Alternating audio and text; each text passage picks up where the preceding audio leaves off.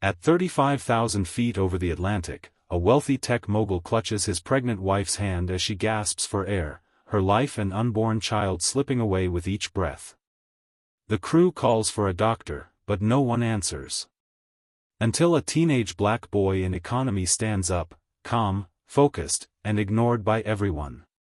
Moments before, he steps forward with one request: let him try. What the passengers don't know is this kid isn't just smart, he's about to save 2 lives and change all 3 forever. Before we dive into this story, let us know where you're watching from. We love to hear your thoughts. 35,000 feet above the Atlantic Ocean, the cabin lights had dimmed, and most passengers had drifted into a quiet haze of sleep or silence. But something wasn't right. In seat 2A, Lauren Mallister shifted uncomfortably, her hand pressed against her chest. Her breathing had grown shallow, fast, uneven. She tried to speak but only managed a whisper, "Evan, I can't breathe."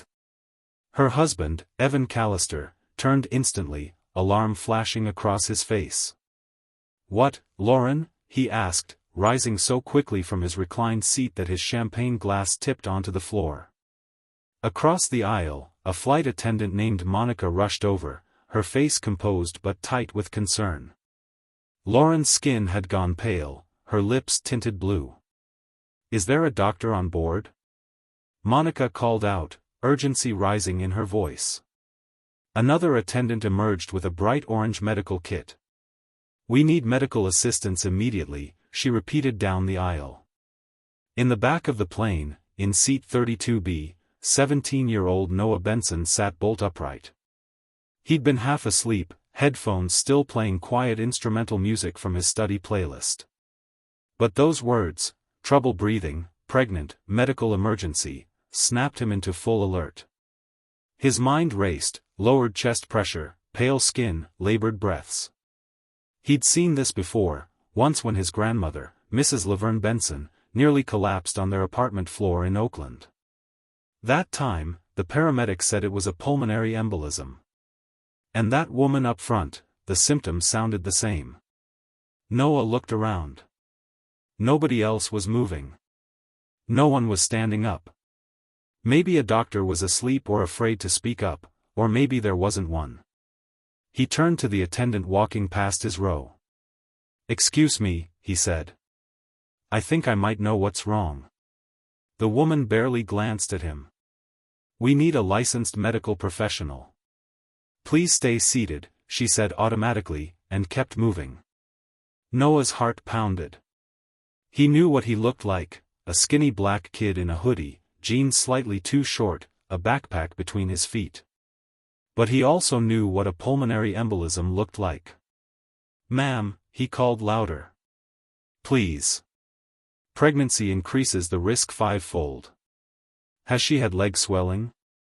Is she short of breath between every word?" That made her pause. She turned and stared. He stood up. "My grandmother had the same thing last year. I cared for her myself. It could be a clot. It's dangerous. She needs oxygen, now. And maybe aspirin." The attendant hesitated. Then another voice crackled over the intercom, "Cabin crew to first class. Now." That was enough. The woman nodded tightly. "Come with me," she said. "But if you're wrong." "I pray I'm not," Noah answered, as he followed her past the sleeping rows. Heads turned. Eyes followed. Some curious, some confused. A few looked skeptical. What was he doing? Who was he to walk toward first class like that? But Noah didn't look back. He remembered what his grandmother always said, knowledge means nothing if you're too scared to speak up. When they reached seat 2A, Lauren was gasping now, the oxygen mask not helping. Evan was pale himself, holding her hand, helpless. "Who is this?" he asked sharply when Noah approached. "Where's the doctor?" Monica spoke up. "There's no doctor. This young man says he may know what's going on." Evan's eyes narrowed. "This is my wife," he said, his voice cracking. She's pregnant. I don't want guesses. Noah met his gaze calmly. Sir, I understand. But I've seen this before. Her symptoms match pulmonary embolism, a clot in her lung. And at 28 weeks pregnant, that's high risk. She needs the clot stopped. Oxygen will help. An aspirin, if she can take it. Monica opened the kit. We have aspirin. Lauren's head turned slightly toward Noah. My left leg, it was swollen yesterday. I thought it was normal. Noah nodded. That's where it likely started. Evan looked between them. His breathing grew shallow, not from illness, but from fear. For a moment, he froze. The cabin noise seemed to fade into the background. All he could see was Lauren's pale face, her lips tinged blue, her chest rising in panicked gasps. Her eyes found his, not wild, not frantic, just pleading, silently begging for help. He wanted a doctor. He wanted certainty. But none was coming. He turned to Noah. The boy didn't waver. There was no arrogance in his eyes, just urgency, just purpose. Evan's grip on Lauren's hand tightened, then loosened. A beat passed. Do what he says, Evan whispered finally, his voice thick. Please. In that moment, the lines between first class and economy disappeared. There were no designer suits or worn hoodies. No status. Just a pregnant woman fighting to breathe, and a teenager doing everything he could to help her. And in that narrow aisle between luxury and desperation, something began to shift, though none of them realized it just yet. The scene inside first class was tense, nearly frozen. Lauren Callister lay reclined, eyes fluttering, her breathing shallow and fast. A thin layer of sweat coated her forehead. Evan knelt beside her, his hands still gripping hers, his face drawn and colorless. Monica handed Noah the aspirin, still unsure if she should be letting this teenager take over. But with no doctor on board and the passenger's condition worsening, hesitation was no longer an option. She needs to chew it, Noah said, his voice calm but firm. It'll get into her bloodstream faster. Monica nodded and carefully slipped the tablet past Lauren's lips. Noah looked around quickly. We need to get her legs elevated, and loosen anything tight, shoes, belt, jewelry. Anything that might slow blood flow. Evan helped, removing Lauren's shoes and lifting her legs with the rolled-up blankets Monica had brought. The cabin around them was quiet, but not asleep anymore. A few heads peeked out from their pods, curious, some concerned. One man across the aisle muttered, "They're letting a kid do this?" Another woman shook her head disapprovingly. But no one stepped in. No one offered more. They just watched. Evan heard the whispers too, and his gaze flicked between Noah and the bystanders. Something hardened in his voice. How do you know any of this? Noah glanced up briefly but kept his hands steady as he adjusted the oxygen mask over Lauren's face. Because my grandma had a clot like this. Because I learned what I needed to take care of her. Because where I come from, we don't have doctors on speed dial. The answer caught Evan off guard. For a moment, he had no reply. Noah didn't give him time to find one. She's stabilizing, but she still needs emergency care. This is temporary. Her heart rate is still high. We need to land. Monica had already notified the captain. We're diverting to Frankfurt, she said quietly to Evan. They'll have a medical team waiting. Noah stayed close to Lauren, gently talking her through slow, deep breaths. You're okay. You're doing great, he whispered. Help's on the way. Just a little longer. Lauren looked at him, eyes glassy, lips trembling, and nodded weakly. Evan stared, slowly sitting back into his seat, watching this young man, who didn't belong in first class, who wasn't supposed to know these things, taking control with steady hands and clear eyes. He didn't know what to say. Gratitude and shame tangled in his throat. The plane tilted slightly as it changed course, banking toward land. In the cabin, the line between confidence and panic had thinned to nothing. But in the quiet corner of seat 2A, Noah held that line. For the first time, Evan didn't see a kid. In a hoodie, he saw the person saving his family. And as the soft hum of the engines continued, as lights blinked quietly overhead and flight attendants whispered into radios, one truth settled deeply over everyone in earshot: if Noah hadn't stood up, Lauren and the baby might not have survived. The landing lights flicked on. The captain's voice came through: "We'll be touching down in Frankfurt in 25 minutes. Medical team is on standby." Noah let out a slow breath. Lauren's color had started to return. The oxygen was helping. The aspirin was buying them time. But his hands were still clenched, his body still on high alert. And in the back of his mind, he knew what this meant: Zurich was no longer within reach. The interview he'd flown across the ocean for? Gone. But as he glanced at Lauren, still breathing, still holding on, he told himself what his grandmother always said: dumb moments matter more than plans. And that moment wasn't over yet. The most difficult part was still to come. The plane touched down at Frankfurt International just before dawn, the sky still dark beyond the runway lights. Paramedics were already waiting on the tarmac. The doors opened before the usual protocol, and Lauren Callister was carefully lifted onto a stretcher, Evan at her side, still clutching her hand. Noah stepped back, letting the professionals take over. He had done what he could. But as they wheeled her down the narrow jet bridge, Lauren turned her head weakly toward him and whispered, "Thank you." Hours later, in the sterile fluorescent light of the hospital waiting room, Evan sat hunched over a foam cup of bitter vending machine coffee, barely touched. He had changed into a sweatshirt the hospital provided, but still looked out of place, like someone who didn't belong in discomfort. Across the room, Noah sat quietly, a stack of flashcards poking out of his backpack on the chair beside him. The overhead TV played silently, tuned to a local news station with German subtitles. Neither of them paid it any attention.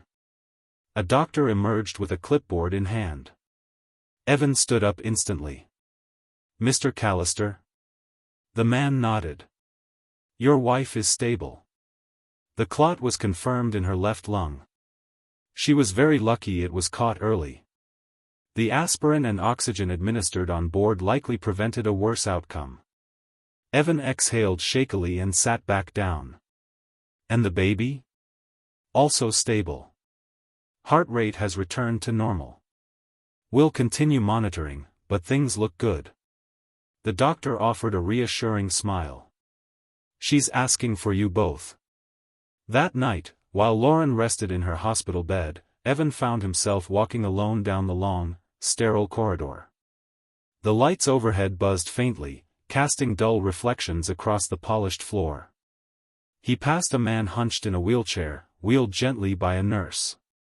An older woman stood outside a curtained room, arms crossed, face carved with worry. The silence between the beeps and footfalls felt heavy. Evan paused at a vending machine, watching a young boy press his face to the glass as if hoping something inside could fix what was happening behind closed doors. And then he remembered, Lauren's breath, shallow, desperate. The helplessness in her eyes. And Noah's voice, steady in the chaos. If he hadn't listened. He turned away from the machine. Something had shifted inside him, not a realization, a reckoning. They didn't speak much on the way to the room. Evan still wasn't sure what to say to Noah. When they reached the hallway outside, Noah stopped. "You should go in first," he said. Evan turned to him. "No. Come with me."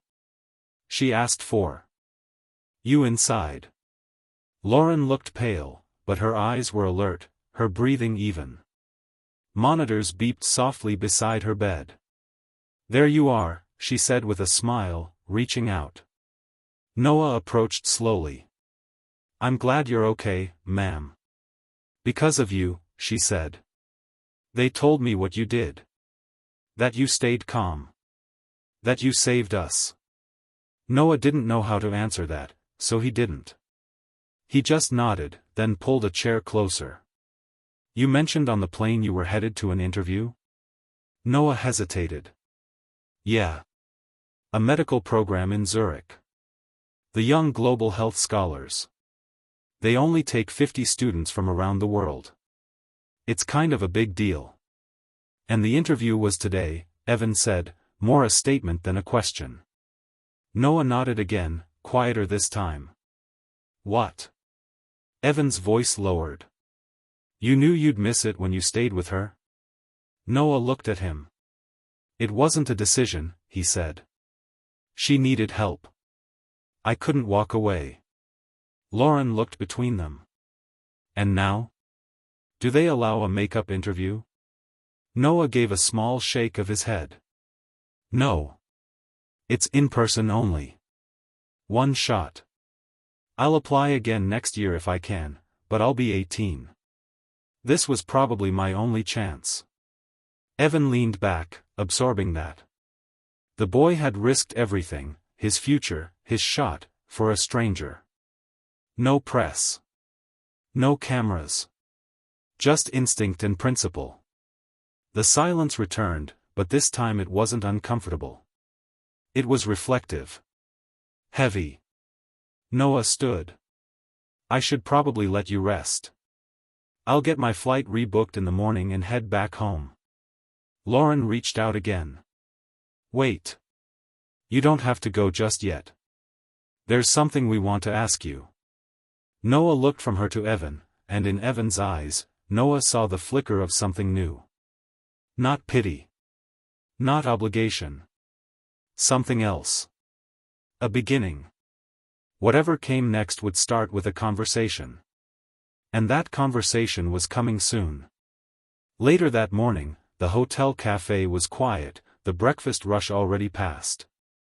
Noah sat alone at a corner table, his notebook open beside a lukewarm cup of coffee. He wasn't writing, just staring at the same sentence he'd started 15 minutes ago. His thoughts weren't on the page. They were still in that hospital room, still with Lauren's tired but grateful eyes and Evan's unreadable expression. He looked up when the chair across from him slid back. Evan Callister sat down, dressed in yesterday's rumpled travel clothes, holding his own cup of coffee. I thought I'd find you here, he said. Noah closed the notebook slowly. She doing okay? Better. Sleeping. They've got her on a full course of anticoagulants. Monitoring everything. Doctors say she'll carry to term if she rests. Evan paused, watching Noah. She told me to come talk to you. Noah stayed quiet. He didn't know what was coming. Evan set his coffee down and leaned forward slightly. Look, I don't know how to thank you. What you did, there's no real way to measure that. He took a breath. But I'd like to try. I have the means. If there's something you need, I want to help. Noah's jaw tensed. He'd expected this, maybe dreaded it. The offer. The how much do you want moment. He looked Evan straight in the eye. I don't want money. Evan didn't flinch. Then what do you want? Noah took a breath, voice low but clear. My grandma, Mrs. Levern Benson, she raised me after my mom passed. She's got heart failure. COPD. And arthritis so bad she can't climb our stairs anymore. Our insurance barely covers inhalers. She's been waiting 4 months for a cardiology referral because the local clinics are overbooked. He leaned in a little. You want to help me? Help her. Get her the care she needs. That's more important than any check. Evan sat back, processing that. He'd expected a scholarship request, a job, even a college connection. But not this. Not someone asking for someone else. And if I got her in with a private cardiologist, covered all her expenses, he asked. Noah shook his head slowly. That would help, sure. But she's not the only one. Our building's full of people like her. Veterans. Retirees. Folks who've worked their whole lives and now can't afford a ride to the pharmacy. There's a clinic nearby, but they're drowning, one doctor for thousands. No transportation program. No funding for specialty meds. Evan's face was unreadable now. He didn't speak. Noah continued. I'm not saying fix the system. But if you're serious, start by seeing it, really seeing what people like my grandma live through just to survive. Evan looked down at his hands. For years, he'd donated to global medical missions, written large checks for projects in countries he'd never visited. But he had never once thought to ask what happened in neighborhoods 20 minutes from his own. He looked back at Noah. What would make a difference? Noah didn't hesitate. Invest in a real health initiative, where we live. Not charity. Partnership. Hire local. Include people from the community. Build trust. Don't just put your name on a building, put people in it who care. The words settled heavily on the table between them. Evan finally spoke. We're building a hospital in Ghana right now. It's a good project. But I've never considered doing anything like that in Oakland. Noah shrugged. Need's not about geography. It's about access. And who you choose to see. Evan looked at him for a long moment. Something shifted behind his eyes. Not guilt. Not pity. Understanding. He nodded once. I'll think about that. Noah picked up his notebook again but didn't open it. That's all I'm asking. And for the first time since they'd met, Evan smiled. Not polite. Not formal. Just honest. I'd like to meet your grandmother, he said quietly. Noah raised an eyebrow. You sure about that? Evan's smile widened. From what you've told me, she sounds like the kind of person who'd have a lot to say to a guy like me. And with that, the next step became clear. Because the real conversation, the one that would change more than just two lives, was about to begin. A week later, a black town car pulled up in front of a narrow apartment building in East Oakland. The paint on the walls had faded, and a paper sign taped to the entrance read, "Elevator out of order." Again. Evan Callister stepped out first, adjusting the collar of his jacket. He looked up at the building, then over at his wife. Lauren followed carefully, now in her third trimester, one hand resting on her belly. She smiled reassuringly at him. You're more nervous than I was in labor, she said quietly. That woman raised Noah. I want to make a good impression, Evan muttered. At the top of the stairs, Noah was already waiting. He waved them up, then reached out to help Lauren with the final steps. She's excited you came, he said. Made enough food for everyone in the building, probably. The hallway smelled like cornbread and stewed greens. Inside the apartment, everything was clean and polished. Old photographs lined the walls, black and white wedding portraits, school pictures, faded graduation shots. In the center of the living room, sitting upright with oxygen tubing in her nose and a cane by her side, was Mrs. Levern Benson. She wore a floral dress and a pearl necklace. Her hair was carefully pinned, and her eyes were sharp. Are the airplane people, she said with a dry tone. Come in, don't let the heat out. Evan stepped forward, suddenly unsure of himself. Mrs. Benson, thank you for having us. We brought a few things. Set them down, she interrupted, waving a hand toward the table without looking. Sit, then tell me what exactly you plan to do for this neighborhood and why I should believe a man who flew in on a plane and thinks bandages fix broken systems. Evan blinked, then slowly sat. He told her about what Noah had said, the gaps he'd never noticed, the desire to build something lasting, not for recognition but for service, about partnering with local doctors, funding transportation programs, offering free specialty care, and placing decision-making power in the hands of the community. Mrs. Benson listened without interruption. When he finished, she leaned back in her chair, examining him like a judge deliberating sentence. Then unexpectedly, she smiled. "You're not as clueless as I expected.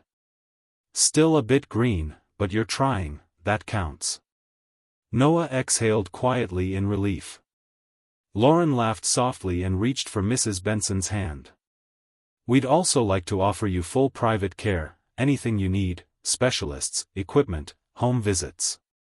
Mrs. Benson's eyes didn't soften, but her voice did. "You're kind. But don't offer it because you feel guilty. Do it because people like me have worth, even if we never save your life."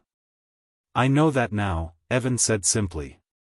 Later, as they toured the neighborhood, Noah pointed out the understaffed clinic, the pharmacy that rarely carried what his grandmother needed, and the long bus route people took just to get their prescriptions. Evan said very little, but he listened.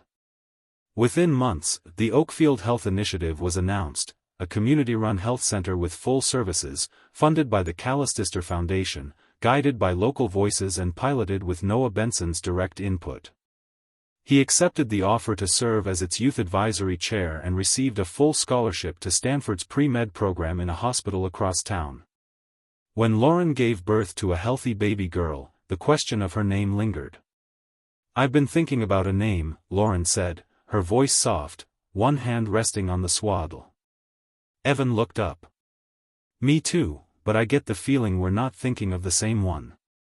"Avern," she said. He paused. "You sure that's a lot to carry?" "She carried us," Lauren replied. "Not just me, not just the baby. She changed something in you too." Evan considered that, Levern Hope Callister. Lauren smiled. "That sounds right." Evan nodded. "Then that's her name." Mrs. Benson held her first, whispering, "Strong name. Let's make sure she grows into it."